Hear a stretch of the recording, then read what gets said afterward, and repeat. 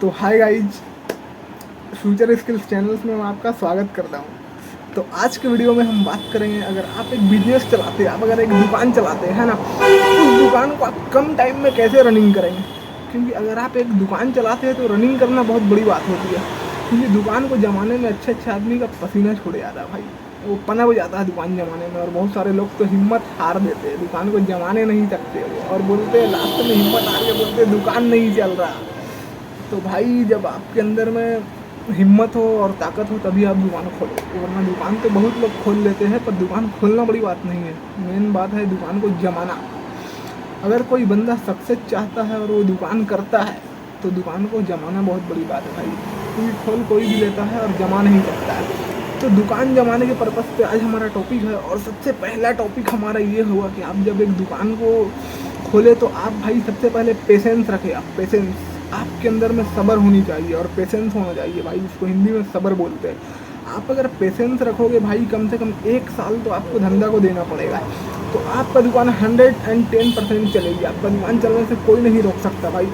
तो पहला टॉपिक यहाँ पर अब हम एंड करते हैं। अब दूसरे टॉपिक की बात करते हैं। दूसरे टॉपिक में हमारा है लोकेशन और डिस्प्ले का ध्यान रखना है आपको। लोकेशन यानी जगह जो होता है, आप कैसा जगह है आपका, उस जगह का आपको मेंटेन और ध्यान रखना है। और डिस्प्ले का मतलब ये होता है भाई कि आप जो भी सामान बेच रहे हो आप उसका एडवर्टाइजिंग करो या प्रचार करो, उसको डिस्प्ले बोलते हैं, है ना।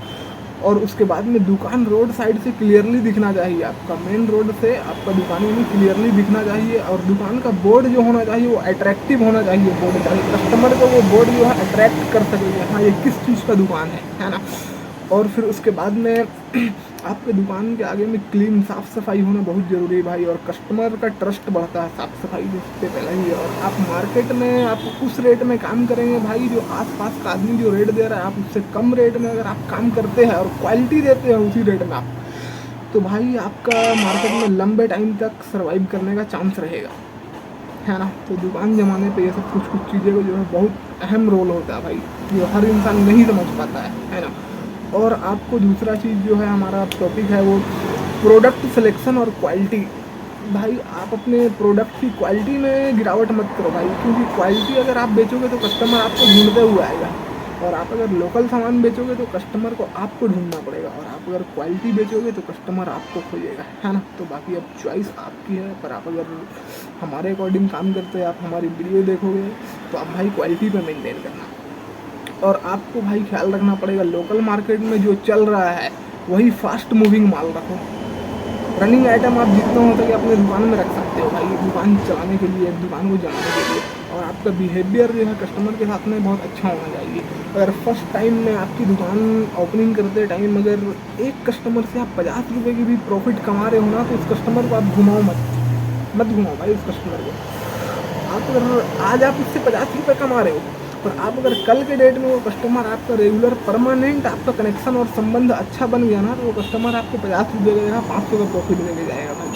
और जब वो 500 का प्रॉफिट देगा तो आपको उसके ऊपर में ट्रस्ट हो जाएगा, और उसको भी आपके ऊपर में ट्रस्ट हो जाएगा। फिर धंधा और बिजनेस जो है भाई वो ट्रस्ट के ऊपर में चलता है ना। और तीसरा चीज़ है भाई कि आप अपनी क्वालिटी को मेंटेन में रखना। और उसके बाद कस्टमर सर्विस, कस्टमर को आप सर्विस अच्छा देना। हर कस्टमर को जो है आप सर्विस इतना अच्छा दो ताकि उसको ये नहीं लगे कि हम दुकान में आए हैं तो हम उनके कस्टमर हैं। उनको ऐसा फील करवाओ भाई कि वो आपका रिलेटिव है। उनको लगना ही नहीं चाहिए कि हम किसी गैर के दुकान में आए हैं। बिहेवियर आप अच्छा करो, अगर आपकी बिहेवियर गुड रहेगी भाई तो कस्टमर आपके पास झक मार के आएगा। आप पहाड़ पे भी दुकान खोलोगे तो वहाँ भी कस्टमर आएगा।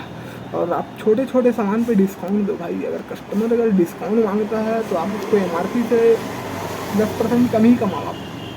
अगर वो बोलता है कि हमको दूसरे जगह में 900 रुपये में कोई सामान दे रहा है तो आप उसको 850 में ही दे दो। क्योंकि भाई कुछ तो प्रॉफिट, कुछ तो फ़ायदा उसको भी होना चाहिए ना आपके पास आने का, तभी तो आपके पास आएगा।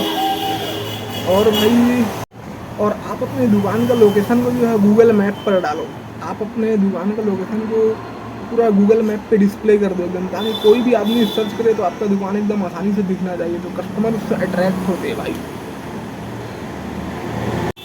और आप अपने दुकान में जो है एक कॉपी बनाओ भाई। आप अपने खर्च को लिखो कि आज कितना खर्च हुआ या फिर आज कितना सेल हुआ, सेल का रिकॉर्ड बनाओ और प्रॉफिट को कैलकुलेट करो आप। जब आप सेल का रिकॉर्ड बनाओगे और आप प्रॉफिट को कैलकुलेट करोगे तो इससे आपको एक आइडिया मिलेगा कि हमने कितना मार्जिन या फिर कितना प्रॉफिट किया है आज।